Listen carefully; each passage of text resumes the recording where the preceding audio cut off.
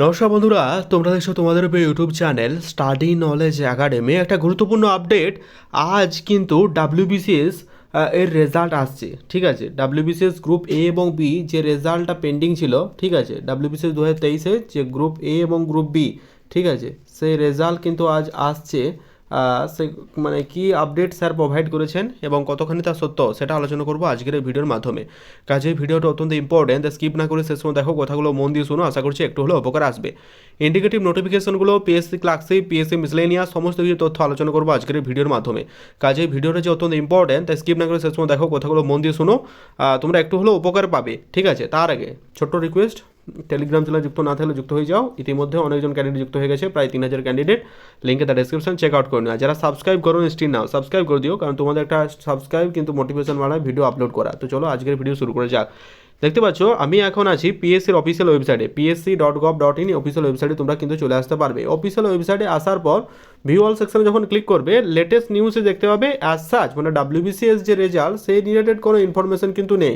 ঠিক আছে, ডাব্লিউবিসিএস যে রেজাল্ট, তো তাহলে রেজাল্ট কখন আসছে? দেখো, রেজাল্ট তোমাদের কিছুক্ষণের মধ্যেই প্রকাশিত হবে, 27 অথবা 28 জানুয়ারি। তোমরা প্রত্যেকে জানো আজ 27 তারিখ, আজ বিকালের মধ্যে বা সন্ধ্যার দিকে বা কিছুক্ষণের মধ্যেও দেখতে পারো, আজ রেজাল্ট আসার সম্ভাবনা প্রায় 99%। ঠিক আছে, তোমরা কিন্তু মিলিয়ে নিও। পিএসসি ক্লার্কশিপের রেজাল্ট দিন দেয় তার 1 ঘন্টা আগে ভিডিও আপলোড করেছিলাম, আমাদের চ্যানেল এখনও পাবলিক আছে।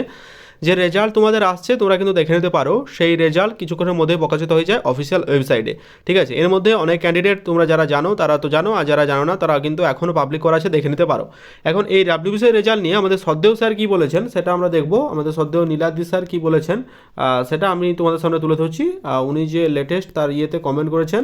ঠিক আছে, পিএসসি ডাব্লিউবিসিএস রেজাল্ট, আমি আশা করছি এটাই থাম্বেল আপলোড করব, তো আমি এই থাম্বেলটাই রেডি করলাম, তোমরা কিন্তু চেক করে নিও।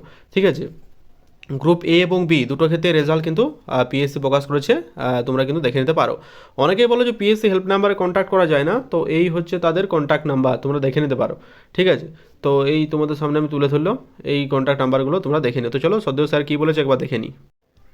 আজ যখন স্যারের চ্যানেলে ভিজিট করলাম তখন এই তথ্যটা আমাদের সামনে উঠে এলো।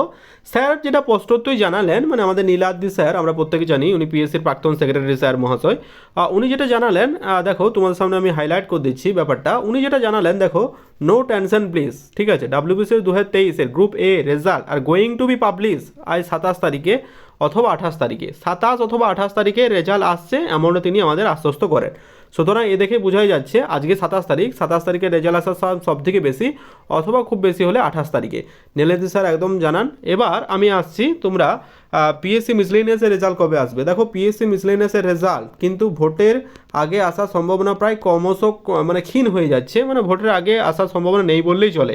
ঠিক আছে, কারণ তো পিএসসি মিসলেনিয়াসের খাতা দেখা প্রায় শেষের মুখে। ঠিক আছে, কিন্তু এবার পিএসসি ক্লার্কশিপের খাতা দেখা অনেকটাই কমপ্লিট হয়েছে, তাও ধীর গতিতে চলছে। একটা যদি ডেপুটেশন জমা দেওয়া হয়, এটা ভোটের আগে নিয়োগ নিশ্চিন্তে সম্ভব। কিন্তু পিএসসিকে তো আমরা জানি যে এই ভোটের রেজাল্টটা দুর্গাপুজোর ঠিক আগে আগে রেজাল্ট দিবে। পিএসসি যে ট্রেন্ড ফলো করে সে পুজোর ঠিক আগে আগে রেজাল্ট দিবে, দেখবে তোমাদের। তারপর তোমাদের ওই ডিসেম্বর নাগাদ টাইপিং টেস্টের জন্য এই ডাকবে, তারপরে মোটামুটি ওই 27 নাগাদ জয়েনিং করবে। কিন্তু তুমি যদি ডেপুটেশন যাও, পিএসসি একটা ডেপুটেশন যাও, এরা চাইলেই কিন্তু সব কিছু করতে পারে, ডিপেন্ড করছে তোমাদের উপর। এবার হচ্ছে কাস্ট প্রবলেম নিয়ে। দেখো, আজকে তোমাদের যেটা আমি আপডেট পেয়েছি, ওবিসি এবং ইডাব্লিউএস নিয়ে যাদের সমস্যা রয়েছে, যারা ইডাব্লিউএস রয়েছে 2023 বা 24 সালে বা যখন ফর্ম ফিল আপ করেছিলে, তোমার যদি সেই সার্টিফিকেট থাকে তুমি অবশ্যই তুমি অ্যাপ্লাই করতে পারবে, মানে আর তোমাদের কোনো টেনশনের কারণ নেই। আর যাদের সার্টিফিকেট তোমাদের নেই, তোমাদের ইউআর হিসেবে ট্রিট করা হবে। ডিউরিং ফর্ম ফিল আপের সময় সার্টিফিকেট থাকলেই হলো। আর একটা বিষয়, সেটা হলো কি তোমার মানে এডিট উইন্ডো কিন্তু আর আসবে না, এটা পসিবল নয়।